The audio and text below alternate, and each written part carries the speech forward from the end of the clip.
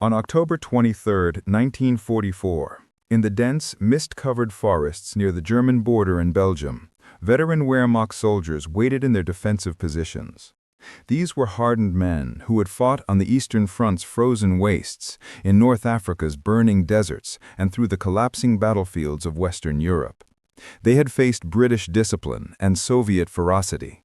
Now another American unit approached their lines, yet something about this one was different.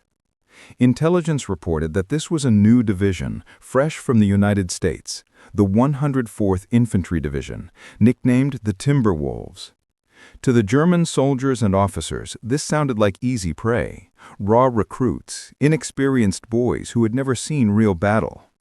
What they did not yet know was that the Timberwolves were commanded by a man whose reputation would soon spread through German trenches like a whispered warning. A commander who was fearless, relentless, and utterly unconventional. A general the Americans themselves called Terrible Terry. His name was Terry de la Mesa Allen. To understand how Terry Allen became one of the most feared American generals of the war, one must begin with his upbringing. He was born on April 1, 1888, at Fort Douglas in the Utah Territory, into a deeply rooted military family. His father, Colonel Samuel Allen, was a lifelong Army officer, and his maternal grandfather, Captain Carlos Alvarez de la Mesa, had fought heroically for the Union at the Battle of Gettysburg. Service was not just tradition in the Allen family. It was identity. From his earliest years, Terry grew up on frontier army posts, learning to ride horses almost before he could read, and learning to handle firearms even before he understood arithmetic. He was a child of the old cavalry army, an army built on horseback charges and frontier skirmishes. In 1907, Allen received an appointment to West Point, the very institution that shaped America's military elite. Yet he hated it. He struggled academically, stuttered when speaking under pressure, and earned demerits for restless, rebellious behavior. His classmates called him "Tear Around the Mess Hall Allen," reflecting his inability to sit still. After repeatedly failing mathematics and later ordnance and gunnery, he was dismissed in 1911. It could have ended his military dreams, but Allen was stubborn. Instead of giving up, he enrolled in the Catholic University of America, earned a degree, and was commissioned into the U.S. Cavalry in 1912. He had entered the Army not by the accepted path, but by sheer force of determination. This trait would define his entire career. Allen's early service along the Mexican border in 1913 revealed his bold instinct for action. When cattle rustlers crossed into American territory, Allen led only 6 men against 30 armed raiders, attacking instead of waiting for reinforcements. He killed or captured every one of them. It was an early sign of the kind of commander he would become: decisive, aggressive, and willing to disobey doctrine when necessary.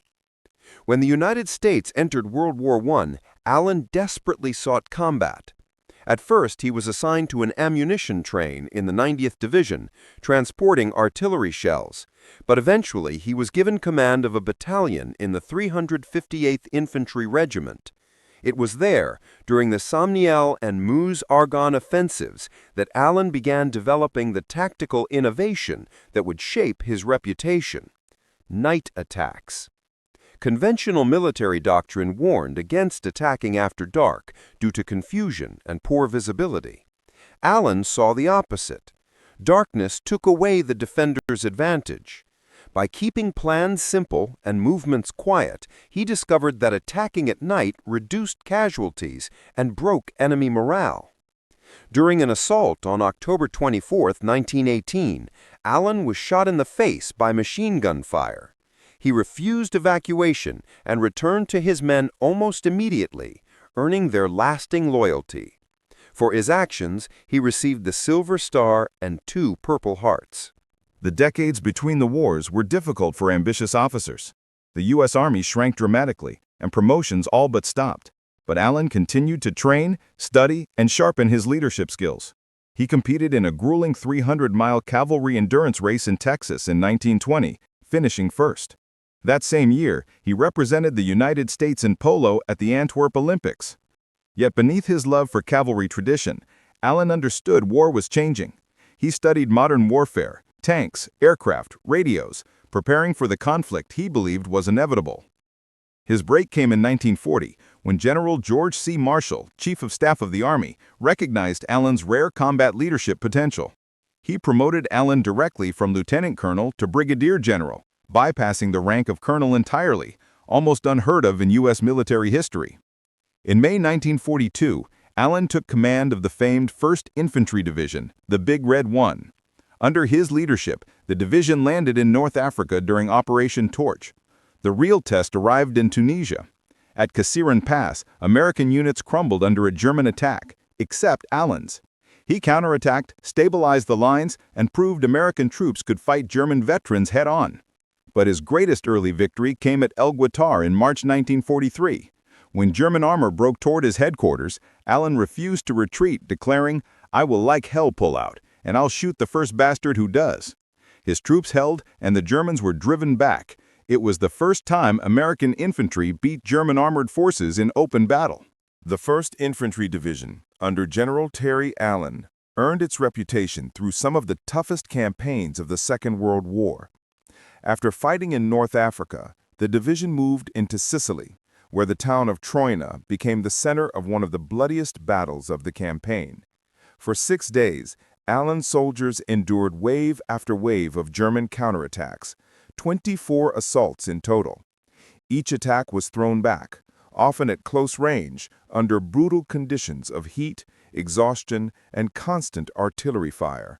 The division succeeded, but victory carried a cost. The men had developed fierce personal loyalty to Allen, respecting him as a leader who shared their hardships and understood the battlefield from the ground up.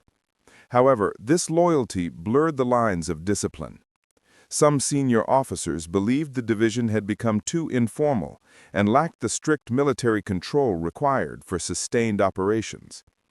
General Omar Bradley, who valued order and hierarchy above personal style, decided the division needed new leadership. In August 1943, Terry Allen was relieved of his command.